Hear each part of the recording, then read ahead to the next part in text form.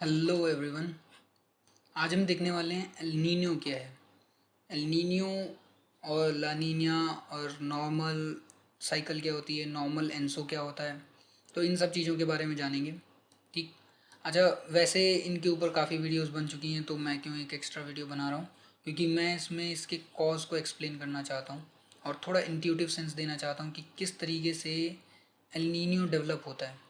मतलब कई सारी चीज़ें हम रट लेते हैं कि यहाँ पे हाई प्रेशर बन जाता है, हाई प्रेशर की वजह से हवा बनने लग जाती है, हवा बनने की वजह से करंट्स मूव करते हैं, करंट्स मूव करने की वजह से मतलब ये हम लोग एक मैनुअल ऑर्डर में रट लेते हैं, but they all have some intuitive understanding to them by using fluid mechanics. मैं फुल फ्लूइड मैकेनिक्स यूज़ नहीं करने वाला हूँ। मैं फ्लूइड मैकेनिक्स का बस एक सिंगल फिनोमेना यूज़ करूँगा, वो ये मेंशन करा हुआ है। ठीक है, इसको एक्सप्लेन कर देता हूँ मैं आपको पहले ही। और वो है कि हाई प्रेशर से लो प्रेशर की तरफ हवा जाती है या वाटर जाता है, दोनों ही चीज़ें। ठीक है, हाई प्रेशर कब बनता है? जब लो टेम्परेचर हो। अब ये बात कैसे होती है? कहीं पे भी अगर देखो एक रूम है, ठीक, उसमें अगर बहुत ज़्यादा लोग भरे हुए हैं तो वो दीवार को तोड़ने के लायक प्रेशर बनाने लग जाएंगे ना, तो उसको बोलेंगे हाई प्रेशर। ऐसे ही अगर दूसरा तरफ रूम है जिसमें कम लोग हैं तो फिर वो कम प्रेशर क्रिएट करेगा। ठीक, तो वो कम प्रेशर हो गया। पार्टिकल्स का होता है। सिंपली फिजिक्स के टर्म्स में कहें तो कम पार्टिकल्स का ओवरऑल पर यूनिट एरिया जो फोर्स लगेगा किसी भी एक एरिया पे, इसकी सरफेस पे, वो कम होगा। और किसी हाई प्रेशर वाले एरिया में जहाँ पे पार्टिकल्स ज़्यादा हैं तो वहाँ पे वो ज़्यादा फोर्स लगाएंगे पर यूनिट एरिया, तो वही होता है हाई प्रेशर या लो प्रेशर। अच्छा, उसके बाद अब देखो इसका टेम्परेचर से क्या लेने देना है। कम टेम्परेचर अगर होगा तो एक रूम में आप ज़्यादा पार्टिकल्स को फिट कर पाएंगे, जिसकी वजह से प्रेशर बढ़ा हुआ होगा। दूसरी तरफ अगर एक हाई टेम्परेचर होगा तो पार्टिकल्स बहुत तेज़ी से वुश अराउंड कर रहे होंगे एक दूसरे के साथ अराउंड, तो फिर उसकी वजह से लो प्रेशर क्रिएट होगा काफ़ी। ठीक, तो ये सिंपल फिनोमेना है या फिर एक रूल है या हार्ड एंड फास्ट रूल है, ये आपको मीनिंग भी बता दिया किस तरीके से ये इंट्यूटिवली आता है। तो ये एक चीज़ थोड़ी सी आपको ध्यान रखनी पड़ेगी। ठीक है, मतलब इसको आप गांठ ही मान लो, एक रूल ही बना लो तो अच्छा है, लेकिन इस रूल का ओरिजिन मैंने आपको बता दिया। ठीक, तो जिस तरीके से ये रूल बना, ऐसे ही हम देखने वाले हैं कि किस तरीके से वो मूवमेंट होती है, किस तरीके से बाकी चीज़ें होती हैं और ये अफेक्ट होते हैं। ठीक, कि वार्म वाटर कहाँ पे बनते हैं, कहाँ नहीं बनते हैं, और कुछ आपको एक्स्ट्रा चीज़ें बताऊंगा उसमें भी। ठीक। अच्छा, अब उससे पहले हम लोग देखते हैं कि कुछ इंपॉर्टेंट बेसिक नॉलेज हम लोगों को पता होनी चाहिए, जिसको मैं ब्रशअप करवा देता हूँ यहाँ पे। वो है कि हमारी आपको लॉन्गिट्यूड, मतलब ये जो ट्रेड विंड्स हैं, जो विंड पैटर्न्स हैं अर्थ पे, वो पता होने चाहिए। तो ये 3 सेल मॉडल को यहाँ पे फॉलो करा जाता है। ठीक, अब ये 3 सेल मॉडल जो है ये वो सिंगल सेल से आता है। सिंगल सेल ब्रेक डाउन हो जाता है because of Coriolis forces at this horse latitude, जिसकी वजह से यहाँ पे एयर सिंक करने लग जाती है तो हाई प्रेशर बन जाता है और 3 सेल्स में ब्रेक हो जाता है ये। ठीक है, यहाँ से इधर की तरफ हाई प्रेशर से लो प्रेशर विंड्स जाएंगी, लेकिन कोरियोलिस फोर्स की वजह से वो कर्व हो जाती हैं। कोरियोलिस फोर्स होता है हमेशा नॉर्थ में राइट की तरफ कर्व करने वाला, और साउथ में लेफ्ट की तरफ कर्व करने वाला। ठीक है, कोरियोलिस फोर्स होता है।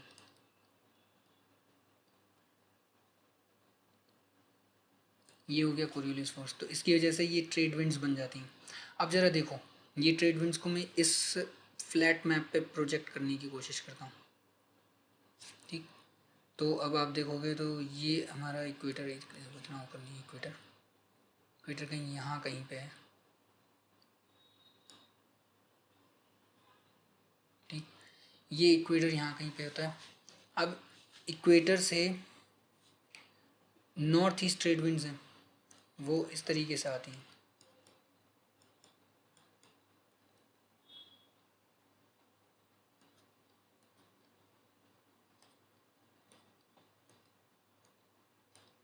तो नॉर्थ ईस्ट ट्रेड विंड्स इधर से आ रही हैं, और ऐसे ही यहाँ से साउथ वेस्ट ट्रेड विंड्स आ रही हैं, साउथ ईस्ट ट्रेड विंड्स आ रही हैं। ठीक, तो इसकी वजह से अब देखो यहाँ पे, अब ये ओशन को देखो आप। अच्छा, इसमें ये ब्रेक डाउन हो रखा है, मैंने ये मैप थोड़ा गलत चूज़ कर लिया है। खैर, मैं आपको अलग से भी बता दूंगा, बट फिलहाल ये जो विंड्स हैं इसकी वजह से देखो वाटर पैसिफिक ओशन में क्या हो रहा है। पैसिफिक ओशन में मैं यहाँ पे फिर से बना देता हूँ ये न्यू ऑस्ट्रेलिया को। ठीक, और इधर ये हमारा वो वाला कोस्ट हो गया। ठीक, इंडोनेशिया और अमेरिका, चाइना और जापान वाला। तो अब देखो ये जो विंड्स हैं इन्हीं को मैं यहाँ पे एक्सटेंड कर देता हूँ, ये इस तरीके से हैं। तो अब देखो ये जो विंड्स हैं ये सरफेस ओशन की जो सरफेस होती है उसकी सरफेस को ड्रैग करती हैं, ठीक। तो इसके जो पानी है, इसके ऊपर जो पानी है उसको वो हल्का सा इधर की तरफ पुश करती रहती हैं, क्योंकि ओवरऑल साइडवेज मोशन, आगे पीछे वाला फोर्स तो कैंसिल आउट हो जाता है, तो हल्का सा साइडवेज मोशन रहता है। ये साइडवेज मोशन की वजह से यहाँ पे जो सरफेस करंट्स हैं, सरफेस वाला जो वाटर है वो एक तरीके से यहाँ पे पाइल अप होने लग जाता है एक डायरेक्शन में। तो अब ये जो इक्वेटोरियल करंट, इसको इक्वेटोरियल करंट भी बोलने लग जाते हैं, तो ये जो इक्वेटोरियल करंट की वजह से यहाँ पे पानी वार्म वाटर जो होता है वो पाइल अप होने लग जाता है। अब देखो इस वार्म वाटर के पाइल अप होने की वजह से क्या होता है, देखो अभी तक तुम्हें ये चीज़ सबसे ज़्यादा सबको पता होगी कि नॉर्थ ईस्ट ट्रेड विंड्स होती है, तो नॉर्थ ईस्ट ट्रेड विंड्स की वजह से ही यहाँ पे इक्वेटोरियल करंट बनता है। इक्वेटोरियल करंट बनने की वजह से क्या है, मूवमेंट ऑफ वाटर हो रहा है, मतलब यहाँ पे पाइलिंग ऑफ वाटर हो रहा है। अब देखो इधर पाइलिंग ऑफ वाटर को मैं इधर कैसे दिखा रहा हूँ कि सपोज इस डायरेक्शन में हवा चल रही है, ठीक है, तो हवा क्या चल रही है, ये सरफेस वाटर को यहाँ पे इकट्ठा कर देने लग जाती है। अब देखो ये जो वाटर होता है, अब एक चीज़ और है यहाँ पे मतलब अगर आप टेक्निकलिटीज़ में जाएँ तो सिर्फ नॉर्थ ईस्ट ये जो विंड्स हैं सिर्फ इनकी वजह से ये जो इफ़ेक्ट मैं बताने वाला हूँ वो नहीं होता, क्योंकि नॉर्थ ये जो विंड्स होती हैं ये ज़्यादा से ज़्यादा कुछ फ्यू मीटर्स, 1-2 मीटर्स या फिर ऐसे कुछ एरिया तक ही आपके सी वाटर को अफेक्ट कर पाती हैं, ओशन करंट्स को। लेकिन कुछ विंड्स होती हैं, कुछ चीज़ें होती हैं जिसे बोलते हैं रॉसबी वेव्स। अब रॉसबी वेव्स आपने नॉर्मली सुनी होंगी पोल्स के अराउंड, जिसकी वजह से जेट स्ट्रीम्स ऐसे कर्ल हो जाती हैं हमारे पोल्स के ऊपर, तो ये होती है रॉसबी वेव्स, ठीक। ये जो विगलिंग पैटर्न बना है इसको रॉसबीनेस बोलते हैं, मतलब, ठीक। तो ये क्यों होता है, ये अर्थ के रोटेशन की वजह से ही होता है again, but it is different from the Coriolis force, ठीक। कोरियोलिस फोर्स क्या करता है कि वो सिर्फ ट्रांसलेट होती वाली, मतलब कोई एक पार्टिकल एक सेंटर से दूसरी की तरफ दूर जा रहा है तब उसकी वजह से जो चेंज आ रहा है उसको बोलते हैं हम कोरियोलिस फोर्स। रॉसबी वेव्स में क्या होता है कि आपका जो अर्थ है, अर्थ पे जो पार्टिकल्स रोटेट कर रहे हैं, ठीक है, उनका ओरिएंटेशन भी तो बदल रहा है, मतलब एक पार्टिकल नॉर्थ पोल पे खड़ा है और एक पार्टिकल यहाँ साउथ पोल पे, और मतलब इक्वेटर पे, तो ये नॉर्थ पोल वाला बोला है वो पार्टिकल ऐसे सर्कुलर घूम रहे हैं। अगर आप नॉर्थ पोल पे खड़े हो जाएंगे तो आप खड़े खड़े ही बहुत मतलब ऐसे घूमेंगे, जबकि यहाँ पे खड़े होंगे तो आपका पूरी की पूरी बॉडी रोटेट करेगी रादर देन आप एक जगह पे रोटेट करेंगे, ठीक है। तो ये रोटेशन की स्पीड्स अलग अलग हैं, उसी को ही डिफरेंस जो है वो कहलाता है रॉसबी वेव्स। तो ये रॉसबी वेव्स, जो रॉसबी का मतलब पैटर्न है वो बनता है। अब इस रॉसबी पैटर्न्स की वजह से ये नॉर्थ पोल पे ये वाली रॉसबी पैटर्न बनता था जो आपने पढ़ा होगा, लेकिन यही रॉसबी वेव्स का पैटर्न आपको समंदर के अंदर भी देखने को मिल जाता है एट द इक्वेटर ऑल्सो, ठीक। तो इक्वेटर के पानी में भी ये हल्का बहुत देखने को मिलता है, जिसकी वजह से जो थर्मोक्लाइंस बनते हैं, अब थर्मोक्लाइन क्या होता है, उन पे असर पड़ जाता है, ठीक है। मैं बताऊंगा थर्मोक्लाइंस क्या होता है, बट ये ध्यान रखिएगा कि रॉसबी वेव्स अर्थ के रोटेशन की वजह से बनती हैं, जिसकी वजह से कुछ थर्मोक्लाइन पे असर पड़ता है। अब देखते हैं हम थर्मोक्लाइन पे किस तरीके से असर पड़ता है, ठीक। कि ये जो रॉसबी वेव्स हैं ये पेनिट्रेट कर सकती हैं 50 मीटर्स तक, मतलब इनकी खुद की डेप्थ तो बहुत ज़्यादा नहीं होती, बट इनका जो थर्मोक्लाइन पे इफेक्ट होता है, मतलब ये पानी को ऐसे, जैसे एडी करंट सुना है आपने, एडी करंट्स की तरह छोटे छोटे करंट्स होते हैं जो एक जगह पे इकट्ठे हो जाएं तो वहाँ पे टेम्परेचर बढ़ा देते हैं। तो वैसा ही है कि ये रॉसबी वेव्स एक जगह पे इकट्ठी होने लग जाती हैं, तो उसकी वजह से उस जगह पे वाटर का कलेक्शन बढ़ जाता है, ठीक है। यहाँ से जिस डायरेक्शन में जा रही हैं उस डायरेक्शन में पाइल अप करने लग जाती हैं वाटर को, बहुत छोटा छोटा करंट्स धकेलने लग जाता है, और वो धकलाव जो है वो अगर क्यूमुलेटिव ले लें तो बहुत ज़्यादा बढ़ जाता है, जिसकी वजह से हम लोगों को थर्मोक्लाइन में डिफरेंस देखने को मिलता है। अब थर्मोक्लाइन वो होता है जहाँ पे टेम्परेचर डिफरेंस देखने को मिलता है, ठीक। तो अगर मैं एक ग्राफ प्लॉट करूँ, ये टेम्परेचर है अपना, ये डेप्थ है अपनी, और इधर टेम्परेचर है, तो टेम्परेचर नॉर्मली सरफेस पे कुछ हाई होगा, ठीक है। सर यहाँ पे 0 है डेप्थ, और यहाँ पे डेप्थ ऊपर की तरफ बढ़ रही है, ठीक। तो टेम्परेचर यहाँ पे हाई होगा, उसके बाद लो होने लगेगा, लो होने लगेगा, और उसके बाद बिल्कुल लो होकर एक स्टेबल 4 डिग्री सेल्सियस पे पहुँच जाएगा। तो ये जो चीज़ है इसको थर्मोक्लाइन बोलते हैं। इसको फिजिकली देखोगे तो ऐसा दिखेगा, ठीक है। ये नॉर्मली थर्मोक्लाइन कैसा होना चाहिए, देखो अगर एक स्टेबल लेक है तो उसमें थर्मोक्लाइन बिल्कुल स्टेबल होना चाहिए, स्ट्रेट, ठीक, कि ये ऊपर वाला पानी गर्म है, वार्म है, नीचे वाला पानी कोल्ड है। तो इसकी वजह से आपका थर्मोक्लाइन ये बीच में बिल्कुल स्टेबल रहेगा। लेकिन अगर मैं यहाँ पे हल्का सा मिक्सिंग कर दूँ कहीं पे भी, तो क्या होगा कि ये गर्म पानी, ये ठंडा पानी जो है ये गर्म पानी में मिक्स होने लग जाएगा, ठीक। तो थर्मोक्लाइन जो होता है वो हमारा किसी जगह पे टेम्परेचर डिफरेंस की वजह से बनता है, जैसे कि यहाँ पे बताया। तो अगर एक स्टेबल अगर बैकग्राउंड है, तो उसमें स्टेबल अगर लेक है, तो उसमें सपोज मान लो ये ऊपर अगर एक वार्म लेयर बन जाएगी और नीचे ये कोल्ड लेयर बन गई, तो ये दोनों कभी मिक्स नहीं होंगे। तो यहाँ पे ये थर्मोक्लाइन एक तरीके से परमानेंट हो जाएगा, जिसकी वजह से वाटर मिक्सिंग नहीं हो पाएगी और जो मछलियाँ हैं उनके लिए न्यूट्रिएंट्स का मिक्सिंग नहीं हो पाएगी और वो ऑलमोस्ट डेड लेक बन जाएगा किसी समय के बाद, ठीक। तो ऐसा समंदर में नहीं होता, समंदर मूवेबल है, समंदर में काफ़ी चेंजेस होते रहते हैं हर समय समय पे। तो यहाँ पे देखो समंदर में क्या चेंज हो रहा है, समंदर में चेंज हो रहा है कि मूवमेंट हो रही है। तो मूवमेंट की वजह से ये जो यहाँ का गर्म पानी था, जो ये स्ट्रेट लाइन का गर्म पानी था, यहाँ पे धकेला जा रहा है वो, ठीक। और यहाँ पे धकेलने की वजह से देखो ये पानी इकट्ठा होके यहाँ पे गर्म पानी इकट्ठा हो गया है, ठीक। तो यहाँ पे ये गहरा हो गया है, ज़्यादा गहराई तक गर्म पानी जा रहा है, ठीक। और यहाँ पे जो पानी है वो कम गहराई पे पहुँच जा रहा है, मतलब पतली लेयर हो गई है। तब इसकी वजह से देखो क्या होता है कि ये जो मूवमेंट हो रहा था रॉस्बी वेव्स, ऐसे करते करते एक समय ऐसा आता है जब ये मूवमेंट में ये लेयर देखो। अब ये मैं एक चीज़ बता दूँ कि रॉस्बी वेव्स का इफेक्ट 50 मीटर्स तक या फिर 50 मीटर से थोड़ा आस पड़ोस के अराउंड देखने को मिलता है हम लोगों को थर्मोक्लाइन पे, ठीक। तो इसके बाद जो होगा वहाँ पे इतना इफेक्टिव नहीं रहती ये मूवमेंट ऑफ वाटर जो होता है। तो इसके बाद देखो जब यहाँ पे ये मूव कर रहा है, करते करते एक समय आता है जब 50 मीटर्स की ऊंचाई तक ये जो थर्मोक्लाइन पहुँच जाती है, मतलब ये ठंडा पानी 50 मीटर्स के ऊपर तक आ जाता है। तो अब देखो ठंडा पानी यहाँ पे आने लग गया है, ठीक है। तो अब देखो यहाँ से ठंडा पानी ऊपर जा रहा है, ठंडे पानी में खूब सारे न्यूट्रिएंट्स होते हैं जो कि हमारे सी जो वेल है, मतलब समंदर की गहराइयों में पानी है वहाँ से आ रहा है, ठीक है। तो वो न्यूट्रिएंट्स यहाँ पे आते हैं और इसमें मिक्स हो जाते हैं ऊपर के नॉन न्यूट्रिशियस पानी में। तो वहाँ पे काफ़ी न्यूट्रिशन ला देते हैं जिसकी वजह से मछलियों को फीड मिलता है काफ़ी ज़्यादा। इसको बोलते हैं अपवेलिंग, ठीक है। तो यहाँ से ये जो ठंडा पानी था वो अपवेल कर रहा है, देखो ठंडा पानी ऊपर जा रहा है और उसकी वजह से यहाँ पे न्यूट्रिएंट्स आ रहे हैं, न्यूट्रिएंट्स की वजह से वो हो रहा है कि मछलियाँ यहाँ पे खूब सारी बन रही हैं। और इधर से इधर की तरफ ये ठंडा पानी तब और सर्कुलेट करते रहता है, मतलब ये मिक्स होके यहाँ पे गर्म हो जाता है, फिर से आते आते तब तक यहाँ आता है तो ये फिर से गर्म हो जाता है। तो इस तरीके से ये कंटिन्यूस साइकिल चलती रहती है कि ये गर्म पानी नीचे तक आता है तो एक समय आता है जब ठंडा हो जाता है तो ये फिर से ऐसे साइकिल चलती रहती है, ठीक। तो ये होता है हमारा नॉर्मल साइकिल, ठीक। अब यहाँ पे जाते हैं हम कि किस तरीके से हमारा एनजो और ये सब होता है, ठीक। तो सबसे पहले हम लोग ऑस्ट्रेलिया बनाएंगे इधर, ठीक। यहाँ पे हमारे ये कोस्ट हो गए और इधर ये वो कोस्ट हो गया, ठीक। यहाँ पे हमारा नॉर्थ अमेरिका बनाएंगे हम,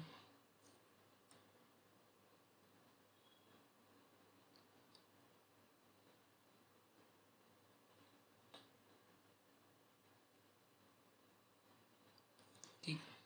अब ये नॉर्थ अमेरिका ऐसे बनाने के बाद अब देखो यहाँ पे हमारा इक्वेटर बना लेते हैं, ठीक।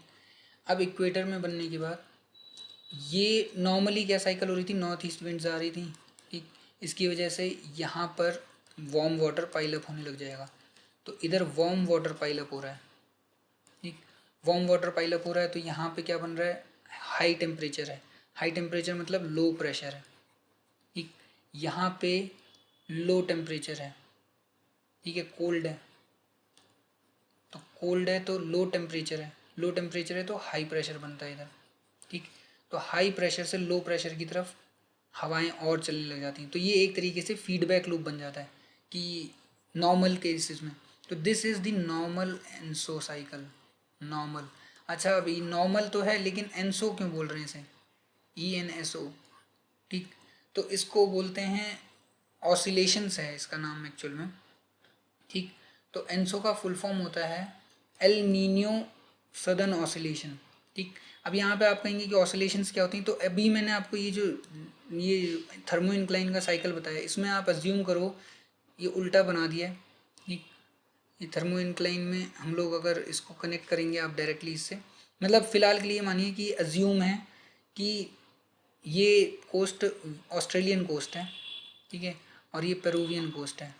तो यहाँ पर ये साइकिल जो है ये चेंज होती रहती है, कभी ये ऐसे भी हो जाता है, ठीक, कभी ये फिर से लौट आता है ऐसे। तो इस तरीके से इसमें चेंजेस होते रहते हैं, कभी ये यूँ हो जाता है, ठीक, तो कभी ये यूँ हो जाता है। तो इस तरीके से इसमें कई सारे चेंजेस होते रहते हैं, जिसकी वजह से इसमें ऑसिलेशंस देखने को मिलती रहती हैं हमें, और उसी को ही बोलने लग जाते हैं एनसो, मतलब ये एल नीनियो सदर्न ऑसिलेशन कि जो ये जो थर्मोक्लाइन है इसके थर्मोक्लाइन में मूवमेंट देखने को मिलते हैं समय समय पे, जब मूवमेंट होते रहता है तो कभी इधर वार्म वाटर आ जाता है उसी कोस्ट पे, कभी उसी कोस्ट पे कोल्ड वाटर आ जाता है, कभी उसी कोस्ट पे नॉर्मल रहती है कि सब जगह यूनिफॉर्म सा सिमिलर सा बना हुआ है। तो इन चीज़ों को ही, इन ऑसिलेशंस को नोट करा गया था वॉकर द्वारा, तो उसी को उसने सदर्न ऑसिलेशन बोलने लग गया था। लेकिन बाद में पता चला कि ये सदर्न ऑसिलेशन ही एल नीनियो से भी कनेक्टेड है, तो इसीलिए इसको बोलने लग गए एनसो, ठीक है, एल नीनियो सदर्न ऑसिलेशन। तो नॉर्मली ये सदर्न ऑसिलेशन में क्या होता है कि ये ऑसिलेशंस बहुत कम होते हैं और मेनली यहाँ पे वार्म वाटर पाइल अप होता है, इधर कोल्ड वाटर होता है। अब देखो कोल्ड वाटर कहाँ पे था, तो वहाँ पे अपवेलिंग हो रही थी ना, तो इसका मतलब इस कोस्ट पे अपवेलिंग होती है पेरूवियन कोस्ट पे नॉर्मल साइकिल में, ठीक। तो नॉर्मल साइकिल में पेरूवियन कोस्ट पे अपवेलिंग होती है, ठीक। और नॉर्मल साइकिल में जो तुम्हारा ये होता है अफ्रीकन ऑस्ट्रेलियन कोस्ट होता है वहाँ पे वार्म पाइल अप होता है, तो इसकी वजह से अब देखो जहाँ पे वार्म पानी है वहाँ पे हवा जो होगी वो सैचुरेटेड हो जाती है, और सैचुरेटेड हवा की वजह से क्या होती है, रेन्स। तो यहाँ पे रेन्स होती हैं, यहाँ पे सूखा पड़ा रहता है, ठीक है, ड्राई। लैंड तो ड्राई रहती है लेकिन कोस्ट बड़ा फलता फूलता रहता है, जिसकी वजह से फिशिंग इंडस्ट्री यहाँ पे खूब ज़्यादा फलती फूलती है, ठीक। तो देखो इकोनॉमिक्स भी किस तरीके से रिलेट हो गई, तो देखो इकोनॉमिक्स भी किस तरीके से रिलेट हो गई, ठीक है। तो बारिश हुई, इधर इधर साइड रेंज देखने को मिलती हैं, इधर साइड फिशिंग देखने को मिलती है नॉर्मल साइकिल में। अब क्या होता है, अगर ला नीनिया पहले देखते हैं, क्योंकि ला नीनिया यही है। ला नीनिया होता है इसी का री इसी हवा का। तो जब ये हवाएं इधर की तरफ जो जा रही हैं ये री हो जाती हैं, वो हो जाता है तुम्हारा लानीनिया। तो यहाँ पे लानीनिया में और ज़्यादा रेंज देखने को मिलती है हमें वेस्टर्न कोस्ट पे, ठीक है। और ईस्टर्न कोस्ट पे जो तुम्हारा ये पेरूवियन कोस्ट है यहाँ पे तुम्हें बहुत ज़्यादा बम्पर फिशिंग देखने को मिलती है, जिसकी वजह से जैसे टमाटर और प्याज के भाव जब बम्पर खेती होती है तो बिल्कुल रत्ती भर के हो जाते हैं, उसके बाद जब बहुत कम होती है तो बिल्कुल आसमान छूने लगते हैं, वैसा ही होता है। तो यहाँ पे इतनी ज़्यादा फिशिंग हो जाती है कि बिल्कुल क्रैश हो जाती है फिशिंग इंडस्ट्री, तो नुकसान हो जाता है लोगों को लानीनिया के टाइम पे। अब उल्टा होता है एल नीनियो में, ठीक है। एल नीनियो में क्या होता है, तो एल नीनियो में होता है ये जो साइकिल थी ये कमज़ोर हो जाती है, ठीक। एल नीनियो में तुम्हारा जो कोस्ट है,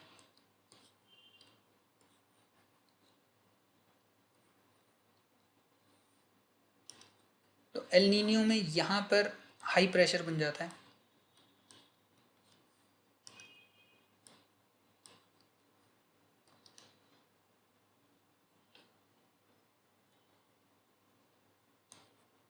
यहाँ पर हाई प्रेशर बन जाता है और इधर लो प्रेशर बन जाता है, ठीक है। तो अब इसकी वजह से क्या होता है कि ये हाई प्रेशर लो प्रेशर उल्टे हो गए। पहले यहाँ पे लो प्रेशर था, इधर हाई प्रेशर पे था, इधर हाई प्रेशर है और इधर लो प्रेशर है, ठीक, लो प्रेशर है। तो अब इसकी वजह से उल्टा मूवमेंट शुरू हो जाता है कि यहाँ से इधर की तरफ मूव हो रही है, ठीक।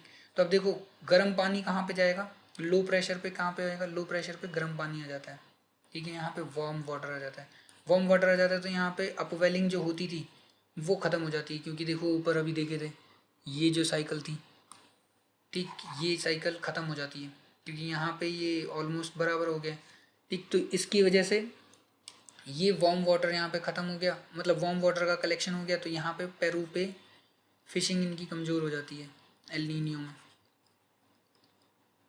फिशिंग कम हो जाती है। दूसरा होता है यहाँ पर रेन्स आ जाती हैं, तो रेन्स की वजह से और अपवेलिंग कम हो जाती है, क्योंकि यहाँ पे जो फ्रेश वाटर है वो और ज़्यादा फ्रेश वाटर हो जाता है, ठीक।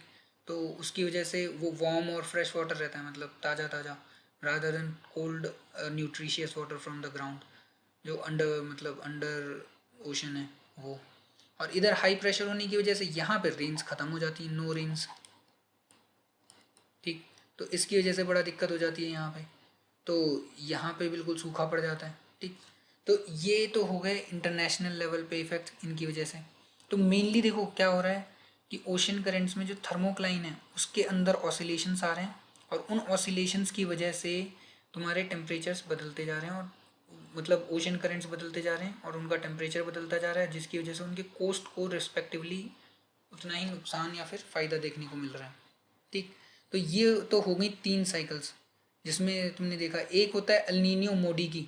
अब ये जो है ना, यहाँ पे मैं एक चीज़ बोल रहा था कि एल नीनियो का एक कॉज हम लोगों को प्योरली नहीं पता है। ये तो बता दिए इतने सारे कॉजेज़ की ये है वो है, लेकिन किस वजह से ये रिवर्सल देखने को मिलता है, ये विंड्स क्यों रिवर्स हो गई, या फिर ये विंड्स कमज़ोर क्यों पड़ गई, जिसकी वजह से यहाँ पे उल्टा कैसे आ गया, क्योंकि नॉर्मल तो ट्रेड विंड्स इधर की तरफ जा रही थी। तो ये एग्जैक्ट मूवमेंट अभी नहीं पता है। इसके लिए फ्लूइड डायनेमिक्स का और उन सब के सिमुलेशंस चलते रहते हैं कि भाई यहाँ पे हवा में जैसे आई टी सी जेड ऊपर नीचे शिफ्ट होती है, तो वही प्रिसीजन अगर हम लोगों को पता चल जाए कि अच्छा आई टी सी जेड जब शिफ्ट हो रही है तो उसी की वजह से यहाँ पे भी थोड़ा सा शिफ्टिंग देखने को मिल रही है। लेकिन जब आई टी सी जेड तो हर साल शिफ्ट होती है, लेकिन यहाँ पे तो शिफ्टिंग देखने को हर साल नहीं मिलती, कभी कभार आते हैं एल नीनियोस ला नीनियास, वो भी 2-2 3-3 साल के पैक में। जैसे अभी एल नीनियो चल रहा है हमारा 3 साल वाला। तो ये ओवरऑल पूरा का पूरा व्यू था, ठीक, कि किस तरीके से हमारा ये तीनों के तीनों एक दूसरे से रिलेटेड हैं एल एनसो से। तो एनसो कोई नई चीज़ नहीं है, एनसो बस सडन ऑसिलेशन, जो ये ऑसिलेशंस होते थे इस थर्मोक्लाइन में उसको बोलते थे। ठीक है, और थर्मोक्लाइन क्या है, थर्मोक्लाइन ये है जहाँ पे एक जगह पे हमने एक प्रोब डाला टेम्परेचर का, और वहाँ पे नापा कि किस तरह से ओशन वाटर टेम्परेचर का क्या है। तो जब वहाँ पे वो थर्मोक्लाइन बहुत हाई है तो ठंडा टेम्परेचर वहाँ पे ज़्यादा होगा। ठीक है, नीचे से ठंडा टेम्परेचर उसको इफ़ेक्ट करेगा, तो इस वजह से ये लो हो जाएगा। ठीक, जब ये बहुत ज़्यादा हाई होगा तो ये हाई हो जाएगा। तो उसी को ही देख देख के इन्होंने ये टेम्परेचर का प्रोफाइल बनाया, जिससे वो ऑसिलेशंस दिखने लग जाते हैं। उसी को हमने सदर्न ऑसिलेशन बोलने लग गए, क्योंकि सदर्न ओशन और उसमें देखने को मिल रहा है, और उस सदर्न ओशन की वजह से एल नीनियो का कनेक्शन था, तो उसको एल नीनियो सदर्न ऑसिलेशन बोलने लग गए। ठीक, तो सबसे बड़ा इंपॉर्टेंट रोल है यहाँ पे ये थर्मोक्लाइन का। और ये थर्मोक्लाइन कैसे डेवलप होता है, ये थर्मोक्लाइन डेवलप होता है रॉसबी वेव्स और विंड्स और वाटर पाइलिंग की वजह से। मतलब ये दोनों चीज़ें इसमें वो रिजल्ट करती हैं, वाटर पाइलिंग होती है, वाटर पाइल अप होता है, तो उसकी वजह से वहाँ पे वार्म, मतलब वार्म या कोल्ड वाटर का पाइल अप होने की वजह से वहाँ पे या तो अपवेलिंग होगी या फिर रेन्स प्रोड्यूस होंगी, जिसकी वजह से वहाँ की इकोनॉमीज़ और लाइफस्टाइल्स चलते हैं। अच्छा, अब इस पे इंडिया का क्या असर पड़ता है, इंडिया में किस तरीके से इसका असर पड़ता है, वो एक बार देख लेते हैं। ठीक है, तो इंडिया में अल नीनियो जो होता है, अब देखो पहले वही कह रहा हूँ, मतलब एक तो है आपको रटा हुआ तो मिल ही जाएगा ऑनलाइन, मैं यहाँ पे बस ये बता रहा हूँ कि किस तरीके से कनेक्टेड है। इंडिया कहाँ पे है, इंडिया हमारा इधर है। इसमें ये मैस्करीन हाई होता है, मैं अपना पेन बदल लेता हूँ, अरे कोई भी चीज़ काम नहीं कर रही। तो ये वाला एरिया मैस्करीन हाई कहलाता है। ठीक, और इस वाले एरिया में मैस्करीन हाई है, और यहाँ पे हमारा लो प्रेशर बनता है। तो यहाँ हाई से लो ऐसे साउथ वेस्ट मानसून आता है ना, तो ये इधर की तरफ नॉर्मली पैक्ड है। लेकिन अगर जब इधर एल नीनियो आता है, एल नीनियो में इधर क्या होता है, इधर एक हाई प्रेशर बन जाता है ना, तो ये जो हमारा साउथ वेस्ट मानसून है ये इससे भी इफेक्ट होने लग जाता है। वॉकर सेल जो है, ठीक है, ये एक वॉकर सेल बनने, मतलब इसको हम लोग वॉकर सेल बोलते थे, ये जो पीछे वाला था, क्योंकि वॉकर ने ये साइकिल्स को डिसेबल वो इन्वेंट करा था, रिसर्च करा था, तो उसकी वजह से डिस्कवर करा था, तो उसको वॉकर सेल्स बोलते थे ये। ठीक, तो इस वॉकर सेल का अलाइनमेंट हमारे साथ हो जाता है। ये यहाँ पे बहुत लो प्रेशर बना हुआ है, तो इस यहाँ पे कोई बहुत बड़ी माउंटेन रेंजेस भी नहीं है जो इसको रोकेंगी, तो ये यहाँ पे कनेक्ट होने लग जाती हैं, जिसकी वजह से ये विंड्स भी यहाँ पे अफेक्ट होने लग जाती हैं, तो हमारा मैस्क्रीन लो हो जाता है। तो एल नीनियो की वजह से हमें नुकसान होता है, बारिशें बारिशें कम हो जाती हैं हमारे में। ठीक, तो वो है, और ऐसी ला नीनिया की वजह से बारिशें बढ़ जाती हैं हमारे पास। क्योंकि लो प्रेशर है तो लो प्रेशर और वो है तो विंड्स को और तेज़ी मिल जाती है, क्योंकि यहाँ पे भी लो प्रेशर है तो यहाँ पे तेज़ी मिल जाती है, और मतलब थोड़ा इधर की तरफ डाइवर्टेड होती है, तो उस समय ये ब्रांच थोड़ी सी मजबूत हो जाएगी। ठीक, तो इस तरीके से तुम्हारा ये मानसून होता है। अच्छा, अब मैं ये बताना ज़रूर चाहूँगा कि आपको कई बार लग रहा होगा कि यहाँ पे कुछ भी चीज़ क्लियरली बताई नहीं है, क्योंकि मैं यहाँ पे सिर्फ एक्सप्लेन करना चाह रहा था, यही मतलब वीडियो का मेन फाइनल एंड मैं कंक्लूजन करना चाहूँगा कि एल नीनियो क्या था। ठीक, तो एल नीनियो एक वेदर फिनोमिना था, जिस वेदर फिनोमिना का कारण था थर्मोक्लाइन का वेरिएशन। ठीक है, और इस थर्मोक्लाइन में जो वेरिएशंस होते हैं उनको बोलने लग गए एनसो, या फिर सिर्फ सदर्न ऑसिलेशन भी बोल सकते हो आप। ठीक है, एनसो इसलिए क्योंकि बाद में पता चला एल नीनियो से कनेक्टेड है, तो उसी को एल नीनियो वाली सदर्न ऑसिलेशन बोलने लगे, क्योंकि वॉकर ने वही चीज़ ढूंढी थी। ठीक, इसलिए उसको एनसो बोलने लग गए, अदरवाइज आप सिर्फ सदर्न ऑसिलेशन भी बोलेंगे तो भी सही है। तो थर्मोक्लाइन में जो चेंजेस होते हैं उसकी वजह से एल नीनियो, ला नीनिया और एनसो देखने को मिलते हैं। लेकिन ये थर्मोक्लाइन में चेंजेस किसकी वजह से होते हैं? ये होते हैं रॉसबी वेव्स और विंड पैटर्न्स की वजह से, जो सरफेस विंड पैटर्न्स है। ठीक है, ये हैं। अब इसमें भी देखो, ये जो थर्मोक्लाइन वेरिएशन है इसका दो थ्योरीज हैं। ठीक, एक तो है स्टेबल, कि ये सिर्फ एक स्टेबल जगह पे रहता है, मतलब ये थर्मोक्लाइन ऐसा रहता है कुछ समय के लिए और कुछ समय के लिए और दूसरे का कहने का मतलब है कि ये थर्मोक्लाइंस वेरी करते रहते हैं समर रीजन में, बहुत ऑसिलेट करते रहता है। उन्हीं ऑसिलेशंस में से एक समय आता है जब ये रिवर्स हो जाती हैं, जिसको इवेंट्स में बदल देते हैं। तो ये जो ये ऑसिलेशंस वाला पोर्शन है ये थोड़ा ज़्यादा अभी कमेंडेबल आंसर, मतलब वो लगती है थ्योरी। लेकिन स्टेबल वाला भी हो सकता है कि स्टेबल में अचानक से कुछ एबनॉर्मलिटी आती है, क्योंकि स्टेबिलिटी हमेशा नहीं रहती कोई भी जगह पे। बारिश नहीं होनी है लेकिन इसका मतलब ये थोड़ी है कभी नहीं होनी। रेगिस्तान सहाराज में भी हम लोगों को बारिश देखने को मिल जाती है बिकॉज ऑफ अनस्टेबिलिटी कई जगहों पे। तो वही यहाँ पे कि यहाँ पे भी अनस्टेबिलिटी होती है, तो हल्की सी अनस्टेबिलिटी इसको उल्टा कर देती है, जिसकी वजह से यहाँ पे बारिश हो जाती है। तो ये था पूरा का पूरा एल नीनियो और उसका। अब आपको अगर टेबल बनानी है तो आप जितने भी आपने टेबल्स बनाई हैं अभी तक उनको इन सारे फैक्ट्स के साथ कनेक्ट कर सकते हैं कि थर्मोक्लाइन का वेरिएशन था, थर्मोक्लाइन से उससे किस तरीके से रॉसबी वेव्स से वो एक जगह पे पाइल अप हो रहा था और वो पाइल अप कैसे हो रहा है।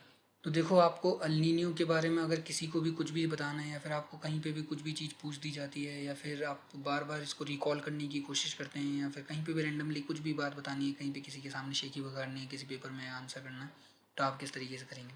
आपको सिर्फ एक चीज़ याद रखनी है, वो है नॉर्थ ईस्ट ट्रेड विंड्स। तो नॉर्थ ईस्ट ट्रेड विंड्स का आपको पैटर्न पता है कि इक्वेटर के अराउंड वो नॉर्थ ईस्ट से इधर की तरफ जाती हैं, तो जिसकी वजह से इक्वेटोरियल करंट बनता है। तो वो पानी को, गर्म पानी को किधर इकट्ठा करेंगी? ऑस्ट्रेलियन कोस्ट के पास, तो यहाँ पे लो प्रेशर बनेगा।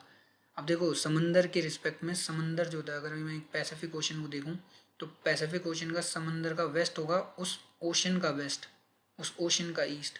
भले ही ईस्टर्न कंट्रीज़ इसके वेस्ट में लाया करती हैं, भले ही वेस्टर्न कंट्रीज़ इसके ईस्ट में लाया करती हैं, वो सब सोशल टर्म्स हैं, उनसे कंपेयर नहीं करना है, इसलिए हमेशा फिजिकल मतलब जोग्राफिकल वेस्ट और ईस्ट से यूज़ करने हैं। ठीक है, तो लो प्रेशर इधर बनेगा, लो प्रेशर की वजह से रेन्स होती हैं क्योंकि राइजिंग एयर पैटर्न्स बनेंगे, और यहाँ पे रेन्स होंगी, रेन्स नॉर्मल साइकिल में ये होगा। यहाँ पे अपवेलिंग होती है क्योंकि यहाँ पे थर्मोक्लाइन बहुत पतला हो जाता है और ठंडा पानी जो है वो मिक्स होने लग जाता है, जिसकी वजह से न्यूट्रिएंट्स बढ़ जाते हैं, फिशिंग ज़्यादा हो जाती है, तो ये अपवेलिंग होती है, फिशिंग इंडस्ट्री बूम पे होती है।